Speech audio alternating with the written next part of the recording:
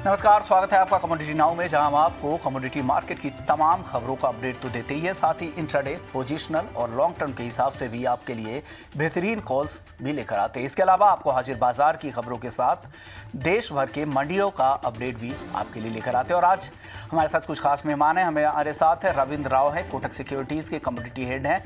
साथ ही हमारे साथ अनुज गुप्ता हैं, IIFL सिक्योरिटीज़ के कमोडिटी और करेंसी के वाइस प्रेसिडेंट है। और साथ ही बिटूपन मजूमदार है, bmazumdar.com के। साथ ही एक खबर पर बात करने के लिए हमारे साथ चितरंजन रेगे है, जो MCX के बेस मेटल्स के हेड है। आप सभी मेहमानों का स्वागत है। सबसे पहले शुरुआत होगी, निकेल का ऑप्शंस आज से MCX पर लॉन्च हो गया है। किस तरह का प्रोडक्ट है और क्या बारीकियां हैं, बताने के लिए हमारे साथ चितरंजन रेगे साहब है। सर, स्वागत है आपका ET नाउ स्वदेश पर। सर, इस प्रोडक्ट की, निकेल ऑप्शंस की क्या बारीकियां हैं? धन्यवाद विश्वमोहन जी, इस न्योते के लिए बहुत बहुत शुक्रिया। निकल मतलब जैसे कि हम सभी जानते हैं, मतलब ये जो 5 बेस मेटल्स MCX पे लिस्टेड हैं, एल्यूमिनियम, कॉपर, लेड, निकल और जिंक, इन पांचों में सबसे महंगा, प्रैक्टिकली यूजेज जो उसकी स्टेनलेस स्टील में होने की वजह से, या कह लीजिए सबसे महंगा प्रोडक्ट है। मतलब ऑन एन एवरेज अगर हम भाव देखें तो पिछले एक हफ्ते भर से करीब 1550 रुपए kg के इर्द गिर्द भाव की मूवमेंट रही है। तो जो हमारे रिक्वायरमेंट है कि ट्रेडिंग यूनिट और डिलीवरी यूनिट में समानता होनी चाहिए, एक जैसे होनी चाहिए, उसके चलते जो लॉट साइज है वो करीब 1500 kg का है। तो अगर आप प्रैक्टिकली देखें तो 1500 kg का लॉट और करीब 1550 का भाव, तो करीब लॉट साइज जो है, जो वैल्यू हो जाती है वो करीब 23-23.25 लाख रुपए की हो जाती है। जो मतलब फिजिकल मार्केट के हिसाब से तो जिनको फिजिकल में लेन देन करना है, डिलीवरी का काम दाम करना है, उनके लिए बात अलग है, उनके लिए रूटीन का ये विषय हो सकता है। पर जब हम रिटेल या आम इन्वेस्टर की अगर संदर्भ में सोचें, तो सबसे बड़ा चैलेंज ये था कि लॉट साइज बड़ा होने के बाद उनका इंटरेस्ट, उनकी रेगुलर पार्टिसिपेशन को लेकर के काफी दिक्कतें आ रही थी। हमारे मिनी कॉन्ट्रैक्ट जो है वो तमाम हमने डीलिस्ट कर दिए हैं, उस वजह से भी चैलेंजेस आते हैं। तो इस ऐसे टाइम पे जो ऑप्शंस का कारोबार है, या ऑप्शंस का जो कॉन्ट्रैक्ट है, उसको लेकर के हम बहुत ही आशान्वित हैं। जो सेबी की रिक्वायरमेंट थी कि जो कॉन्ट्रैक्ट जिसमें 1000 करोड़ ADT का कारोबार मिनिमम तौर पे हुआ होगा, वहां पे ऑप्शंस हम लॉन्च करते हैं, ऑप्शंस ऑन फ्यूचर्स। इसी के तहत हमने निकल कॉन्ट्रैक्ट को लॉन्च किया है।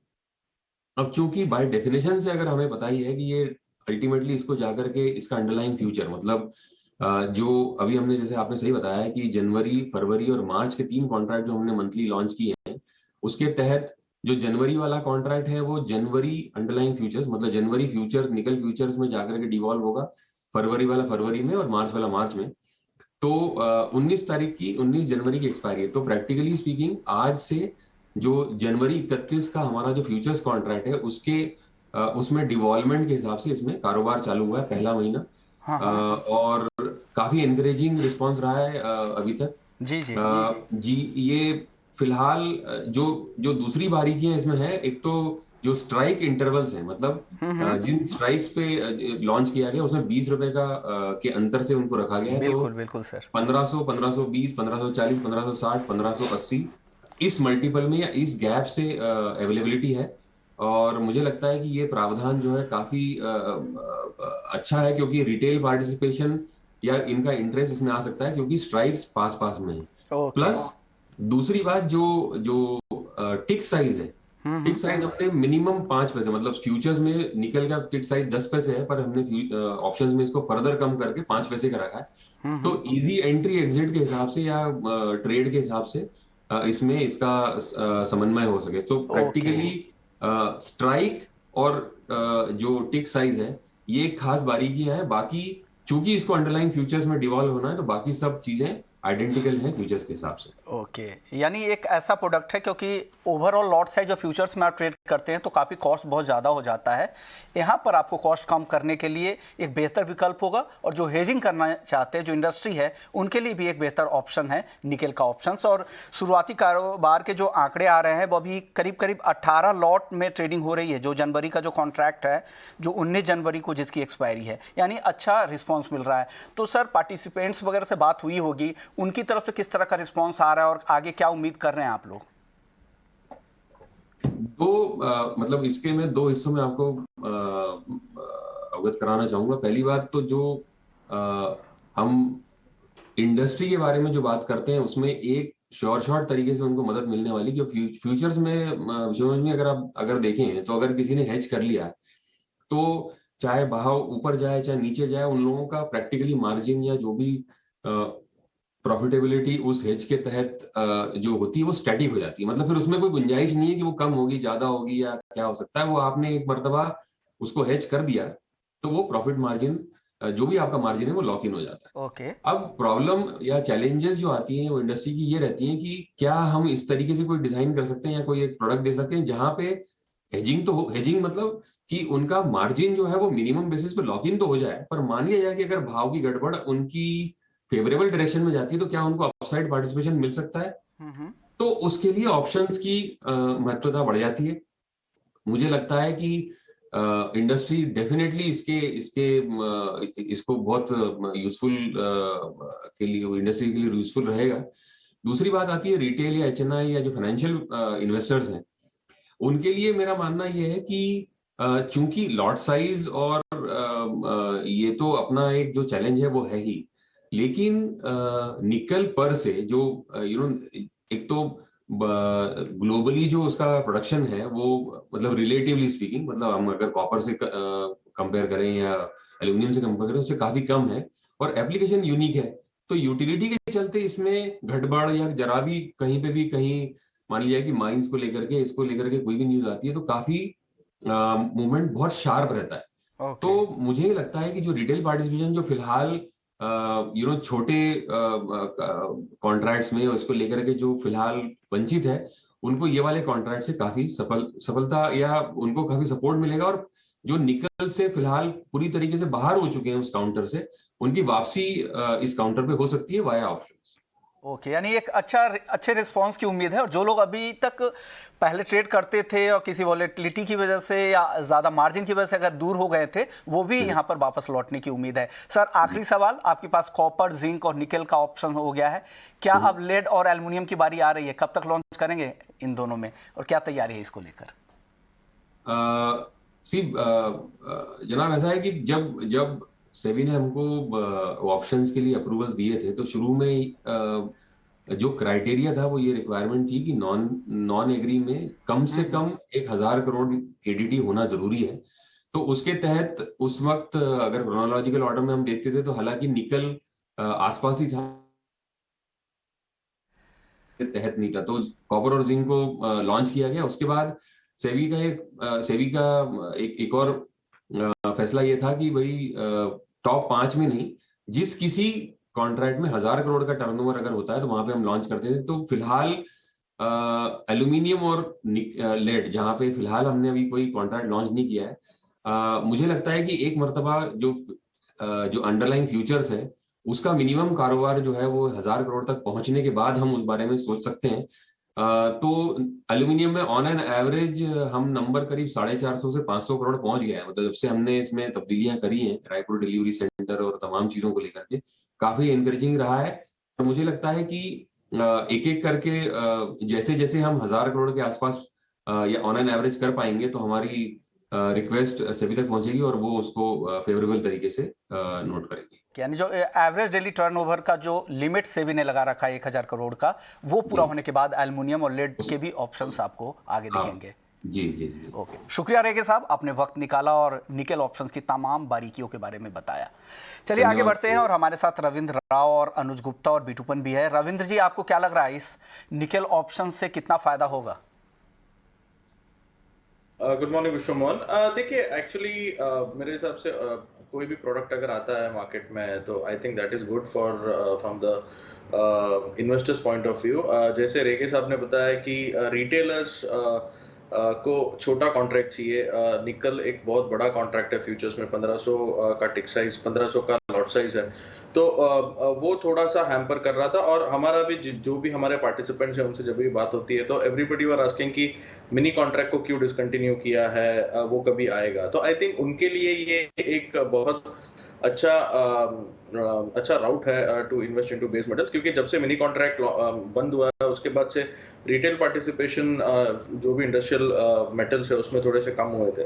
तो आई थिंक ऑप्शन के लॉन्च के बाद फिर से लोग इसमें रुचि लेंगे। जैसे हमने क्रूड में भी देखा था कि जब भी क्रूड में मार्जिन एकदम ज़्यादा बढ़ गया था तो वो टाइम पे ऑप्शंस में शिफ्ट हो गया इन्वेस्टर्स, और उस वजह से ऑप्शंस के जो वॉल्यूम्स है वो काफ़ी अच्छे पिकअप हुए हैं। तो मेरे ख्याल से वही एक्सपेक्टेड है। अगर रिटेल पार्टिसिपेशन बढ़ता है तो निकल और अदर बेस मेटल्स में भी एक अच्छा हम वॉल्यूम्स देख सकेंगे। बट इसमें वॉल्यूम पिकअप होना चाहिए। अगर वॉल्यूम पिकअप नहीं होता तो फिर थोड़ा सा मुश्किल है। Otherwise I think it's a very good product, और रिटेल इन्वेस्टर के लिए खास करके ये एक बहुत अच्छा अपॉर्चुनिटी है to trade into base metals. Okay, शुरुआती रिस्पांस तो काफ़ी अच्छे मिल रहे हैं। अनुज जी, आपके क्लाइंट का क्या रिस्पांस है और क्या तैयारी है? गुड मॉर्निंग विश्वमोहन जी। देखिए, एज अ रिटेल ब्रोकर हमारे पास जो कस्टमर हैं वो हमारे रिटेल साइट पे ज़्यादा हैं, और हमने देखा है कि जहाँ पर पीक मार्जिन जो सेबी का सर्कुलर आया था उसके बाद से मार्जिन की जो रिक्वायरमेंट थी वो काफ़ी बढ़ गई थी। तो उसके मद्देनजर जो हमने देखा है कि जो ऑप्शंस लॉन्च हुए हैं, तो चाहे वो क्रूड में हो, चाहे वो गोल्ड में हो, सिल्वर में हो, चाहे कॉपर में हो, चाहे निकल में जो अब हुआ है, उससे काफ़ी अच्छा रिटेल पार्टिसिपेशन हमें देखने को मिला है।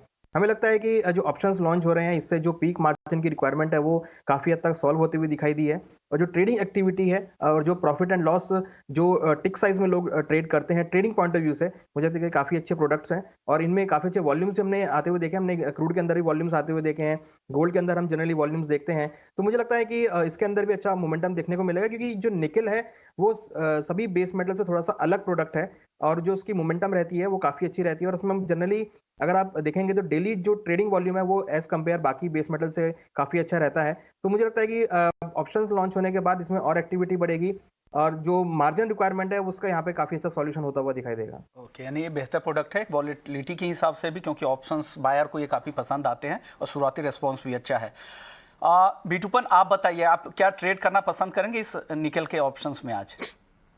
देखिए, फिलहाल के लिए तो मैं ऑप्शन में अभी फिलहाल एक्चुअली जो हम लोग के पास ऑलरेडी है ऑप्शंस के कॉन्ट्रैक्ट अभी कमोडिटीज में है, लेकिन फिलहाल जो sentiment commodities as a market में अभी काफी डैम्पन जैसा है, और ग्लोबली हम लोग देखते हैं तो जो वोलेटिलिटीज है या जो पार्टिसिपेशन है वो काफी बढ़ गया। तो अभी इमीडिएटली मैं तो नहीं डायरेक्ट पार्टिसिपेट नहीं करूंगा, लेकिन मैं देखूंगा थोड़ा सा पार्टिसिपेशन आए, और इसको थोड़ा सा एक्सचेंज की तरफ से काफी देखना पड़ेगा, क्योंकि देखिए जिस तरह से निफ्टी और बैंक निफ्टी में जिस तरह से वॉल्यूम होता है और क्रूड ऑयल में उतना उस तरह से नहीं होता है। क्रूड ऑयल एक इंटरनेशनल कमोडिटी है, कितना बिलियन डॉलर्स में इसका ग्लोबली ट्रेड होता है, लेकिन इंडिया में इतना पार्टिसिपेशन अभी तक नहीं आया।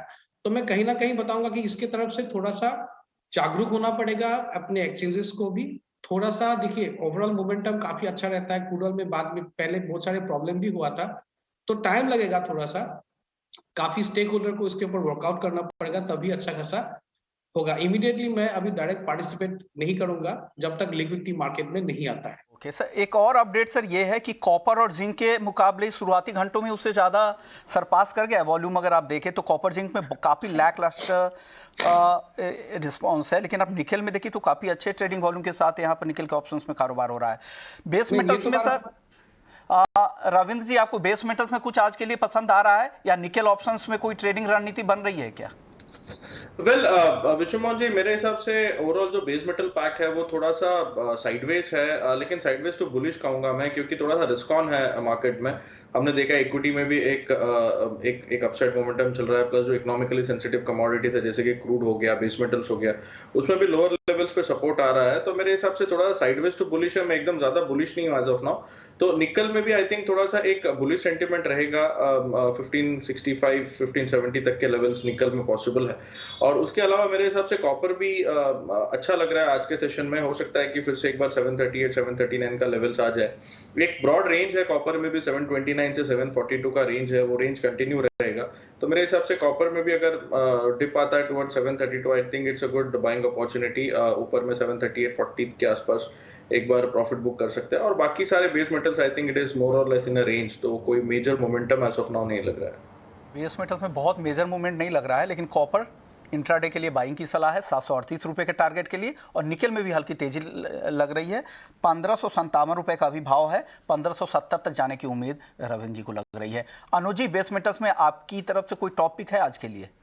देखिए, हालांकि कॉपर हमारी टॉपिक रहेगी, बट मैं निकल में एक ऑप्शन कॉल देना चाहूंगा। हाँ हाँ 1600 का जो कॉल ऑप्शन है वो 20 से 22 रुपए के आसपास चल रहा है। मुझे लगता है कि उसमें खरीदारी का ट्रेड लेना चाहिए। स्टॉप लॉस 15 का लगाएं, टारगेट हमें लगता है कि 30 से लेकर 32 तक देखने को मिल सकता है। प्रोपोर्शनेटली फ्यूचर्स के अंदर भी 1557 के आसपास का रेट चल रहा है। हमें लगता है कि वहां भी 1570 1575 तक के रेट देखने को मिल सकते हैं। तो इसकी जो बेस मेटल है वो एक पॉजिटिव टेरिटरी में चल रहे हैं। मुझे लगता है कि आज का जो ट्रेड रहेगा वो बाई साइड में ही रहेगा।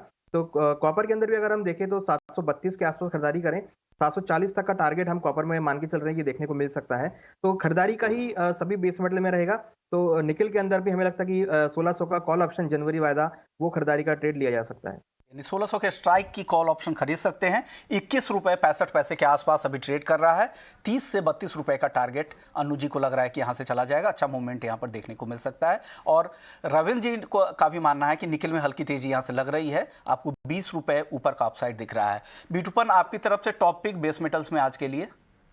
बेस मेटल में जो अनुज ने बताया था, देखिए इंट्राडे में थोड़ा सा मोमेंटम अच्छा खासा रहेगा। 738 739 के आसपास मार्केट थोड़ा सा इंट्राडे पुल बैक ले सकता है। अभी 735 के आसपास है, तो थोड़ा सा मॉडरेट पुल बैक हो सकता है, पॉजिटिव मोमेंटम। लेकिन मुझे लग रहा है कि अपर रेंज में मैं पहले भी सेल कर रहा था, तो मैं ऊपर लेवल पे सेल करूंगा, इस लेवल पे से नहीं। तो यहाँ से मोमेंटम थोड़ा सा दिख सकता है। थोड़ा सा मोमेंटम जिस तरह से पॉजिटिव अभी हो रहा है, तो 4-5 रुपए थोड़ा सा पॉजिटिव हो सकता है। 739 730 या 740 ये सब रेंज के आसपास मार्केट को प्रेशर दिखेगा, तो मैं वहीं से ही सेल करूंगा। फिलहाल के लिए इस लेवल पे सेल नहीं करूंगा। टॉप लेवल पे अगर मैं सेल करता हूं तो मेरा नीचे का टारगेट 725 तक रहेगा। राय साफ है, इन दोनों ने नीचे के लेवल पे खरीदारी की सलाह दी है। बिटकॉइन को लगता है जब इन दोनों के टारगेट हिट हो जाए बाई की पोजीशन, तब ऊपर के लेवल पे 738 पे आप जाके सेल कर सकते हैं, फिर वापस से 728। मतलब एक रेंज का फायदा उठाना है, नीचे खरीदे या ऊपर की तरफ आप बेच सकते हैं। चलिए गोल्ड और सिल्वर की बात कर लेते हैं, जहां पर यूएस में कंज्यूमर प्राइस जिस तरह से बढ़े हैं 82 के बाद, एनुअल जो इंक्रीज हुआ है वो सबसे ज्यादा हुआ है। उसके बाद यहां पर वापस से तेजी दिख रही है और एक मोमेंटम तेजी का लग रहा है। रविंद्र जी, क्या लग रहा है गोल्ड और सिल्वर में आज के लिए? Well, as an inflation hedge gold को एक सपोर्ट मिला है, और हमने देखा भी है कि गोल्ड फिर से एक बार 1790 के आसपास इंटरनेशनल में ट्रेड कर रहा है। लेकिन हमें ये चीज भी नोट करनी चाहिए कि इन्फ्लेशन अगर बढ़ता है तो फिर फेड का जो टेपरिंग का जो फास्टर टेपरिंग का जो चांसेस है वो और थोड़ा सा बढ़ जाता है। उसी वजह से मेरे हिसाब से गोल्ड को पकड़े रखा है। गोल्ड में एक शार्प अपसाइड नहीं आया है अभी तक। तो मेरे हिसाब से अभी भी एक लैकलस्टर मूवमेंट है गोल्ड में, जब तक कि फेड का मीटिंग जो है वो कंक्लूड नहीं हो जाता। 14-15 का मीटिंग है, उसके बाद हो सकता है कि एक थोड़ा सा क्लियर डायरेक्शन मिले। तब तक के लिए मुझे लगता है कि एक ब्रॉड रेंज मोमेंटम रहेगा। गोल्ड की अगर बात करें तो गोल्ड में 48,380 से 48,500 तक के अपसाइड पॉसिबल है। जो डाउनसाइड है वो अराउंड 47,600 का है, वो सपोर्ट रहेगा इसमें। तो फेड के मीटिंग तक मेरे हिसाब से एक बार डिप्स में खरीदारी कर सकते हैं। आज के सेशन में हो सकता है कि 48,300 350 का लेवल्स आ जाए। सिल्वर की बात करें तो सिल्वर में अराउंड 60,600 का एक स्ट्रॉन्ग सपोर्ट है। वो जब तक होल्ड है मेरे हिसाब से फिर से एक बार सिल्वर में हम 61,700 800 का लेवल्स देख सकते हैं। सिल्वर में भी अगर 61,000 तक का डिप आता है तो एक बार बाइंग किया जा सकता है, क्योंकि इंडस्ट्रियल मेटल्स भी थोड़े से पॉजिटिव है, तो सिल्वर को दोनों साइड से थोड़ा सा पुश मिलेगा। हो सकता है कि 61,700 तक एक बार प्राइसेस जाए। तो इंट्राडे पर्सपेक्टिव से थोड़ी सी बाइंग की ही सलाह है, बट जैसे मैंने बताया फेड का जो मीटिंग है that will be very very crucial, तो थोड़ा सा कॉशियसली ट्रेड करना चाहिए and with strict stop loss. Okay, cautious trade करें, लेकिन बाइंग की सलाह है। 61,700 चांदी का टारगेट है और गोल्ड का टारगेट है 48,380 रुपए। अनुज जी, क्या आप टारगेट क्या दे रहे हैं गोल्ड और सिल्वर के लिए आज के लिए? विश्वमोहन जी, लास्ट वीक अगर देखें तो गोल्ड ने 48,000 के ऊपर क्लोज किया था और $1,780 के ऊपर क्लोज करता हुआ दिखाई दिया था। जो डेटा आए हैं यूएस के वो काफी पॉजिटिव रहे हैं। हालांकि कुछ डिस्काउंटेड में चल रहे हैं, बट मुझे लगता है कि उससे काफी हद तक सपोर्ट रहेगा, क्योंकि अगर हम यूएस के अलावा बाकी कंट्रीज को भी देखें तो सभी में इन्फ्लेशन का इशू बना हुआ है। ईसीबी भी इंटरेस्ट रेट के ऊपर डिस्कशन कर सकता है। तो हमें लगता है कि गोल्ड को अच्छा खासा सपोर्ट यहाँ पे मिलना चाहिए। हो सकता है कि दिसंबर एंड की वजह से हो सकता है कम वॉलिटिलिटी देखने को मिले, बट जो व्यू है वो हमारा पॉजिटिव ही रहेगा। हमें लगता है कि गोल्ड के अंदर अगर हम इंट्राडे की बात करें तो खरीदारी का ट्रेड लेना चाहिए 48,000 में। 47,700 का स्टॉप लॉस लगा है, 48,500 तक लेवल देखने को मिल सकते हैं। वीकली पर्सपेक्टिव से भी इस ट्रेड को लिया जा सकता है।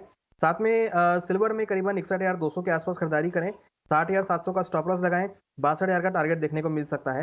हमें लगता है कि इस हफ्ते जो मार्केट है थोड़ा पॉजिटिव वे में ट्रेड हो सकता है, क्योंकि उसके बाद हम देखेंगे कि मार्केट एक न्यू ईयर और क्रिसमस लीव में की तरफ थोड़ा सा ड्राई वॉल्यूम रह सकते हैं, मगर वॉलेटिलिटी जो है वो मार्केट में इस हफ्ते देखने को मिल सकती है।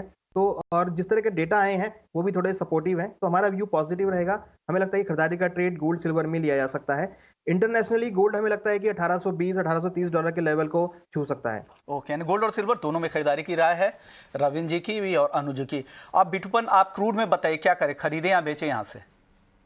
क्रूड ऑयल में थोड़ा सा मुझे लग रहा है कि थोड़ा सा मोमेंटम पॉजिटिव रहेगा, लेकिन हायर रेंज में शायद क्रूड ऑयल में थोड़ा सा प्रेशर मिल सकता है। तो क्रूड ऑयल में मैं थोड़ा सा ऊपर लेवल पे सेल करने का प्रीफर करूंगा, यहाँ से 40-50 रुपीज ऊपर में 5610 के ऊपर स्टॉप लॉस लाके थोड़ा सा मॉडरेट मूवमेंट के लिए मैं एक्सपेक्ट नहीं कर नहीं रहा हूँ कि बड़ा अपसाइड या बड़ा डाउनसाइड नहीं, यहाँ पे थोड़ा मार्केट कंसोलिडेट करेगा क्रूड ऑयल का मार्केट।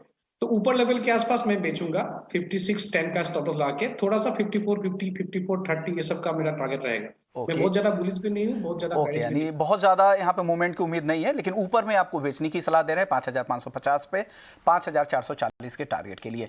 चलिए बात कर लेते हैं कॉटन को लेकर। कॉटन को लेकर कई सारी ऐसी खबरें आ रही हैं, जिसमें एक है कि चीन के कॉटन पर यूएस में हाउस ऑफ रिप्रेजेंटेटिव ने एक बिल पास किया है इस पर पाबंदी लगाने के लिए। वहाँ के एक जिनीजियांग रीजन है चीन का, वहाँ से कॉटन के इंपोर्ट पर पाबंदी का बिल पास हुआ। हालांकि अब ये बिल सीनेट में जाएगा, उसके बाद प्रेसिडेंट की तरफ से जो साइन होने के बाद ही ये कानून बनेगा, लेकिन अभी तक इनिशियल यही है कि पाबंदी की बात चल रही है। इसको लेकर कॉटन पर कितना असर होगा, अनुज जी क्या लग रहा है? विश्वमोहन जी, मुझे लगता है नहीं कि ज्यादा मोमेंटम देखने को मिलेगा। हालांकि डोमेस्टिक मार्केट में हम काफी अच्छी मोमेंटम देख रहे हैं, 31,400 के आसपास एमसीएक्स में भाव चल रहे हैं और इंटरनेशनल भी अच्छे खासे रेट चल रहे हैं। मुझे लगता है कि इसका इंपैक्ट हो सकता है कि भावों में थोड़ा सा प्रेशर देखने को मिले, बट अल्टीमेटली जो ट्रेंड है वो यहाँ पर पॉजिटिव होता हुआ दिखाई देगा, क्योंकि जिस तरीके की हमने भारत के अंदर इस बार यील्ड देखी है वो एज कंपेयर लास्ट ईयर थोड़ी कम यील्ड है, और जो डिमांड है वो कंटिन्यूस बनी हुई है। तो हमें लगता है कि उससे भावों को सपोर्ट रहेगा। हालांकि जो चाइना की न्यूज है उससे भावों में एक सेलिंग प्रेशर आ सकता है। तो बाय ऑन डिप्स की हमारी स्ट्रेटेजी रहेगी। हमें लगता है कि कॉटन में आपको 32,000 तक के लेवल दोबारा से यहाँ देखने को मिल सकते हैं। ओके, इसके अलावा ग्वार एक ऐसा काउंटर आज अच्छी तेजी दिख रही है, क्रूड की तेजी के साथ यहाँ भी मजबूती बनी है। रविंद्र जी क्या लग रहा है ग्वार में आज? विश्वमोहन जी, ग्वार में मेरे हिसाब से ग्वार सीड की अगर बात करें तो उसमें 5600 5700 का एक स्ट्रॉन्ग सपोर्ट था, वहां से एक बाउंस बैक आया। मुझे लगता है कि बाउंस बैक प्ले है, हो सकता है कि 6100 तक के लेवल्स इसमें दिख जाए, बट कोई मेजर अपसाइड मुझे एज ऑफ नाउ नहीं लग रहा है। हो सकता है कि ऊपर से फिर से एक बार इसमें थोड़ी सी सेलिंग आए। तो मेरे हिसाब से अगर ग्वार सीड की बात करें तो 6200 6250 का एक अपर कैप होगा, और फ्लोर इसमें वही है 5600 से 5700 का। मेरे हिसाब से ये रेंज प्ले करेगा। ऊपर में शॉर्ट कर सकते हैं और नीचे अगर 5800 5750 के आसपास आता तो एक बार बाइंग किया जा सकता है। यानी नीचे में खरीदना, ऊपर में बेचना है, लेकिन ऊपर का जो टारगेट है 6250 तक का ऊपर रेंज दिया हुआ है। वक्त कम है, इसलिए अनुज जी के भी ग्वार सीड के कॉल को आपको बता देता हूं। इन्होंने 6150 रुपये का टारगेट दिया है, 5900 पे खरीदारी की सलाह है, 5750 का स्टॉप लॉस लगाना है। शुक्रिया रविंद्र जी आपका, अनुज जी आपका और बिटुपन आपका, आप तीनों ने वक्त निकाला ईटी नाउ स्वदेश के लिए। तो कम्युनिटी नाउ में फिलहाल इतना ही, लेकिन आप बने रहिए ईटी नाउ स्वदेश पर। ब्रेक के बाद आपके लिए फिल्म जंक्शन। नमस्कार।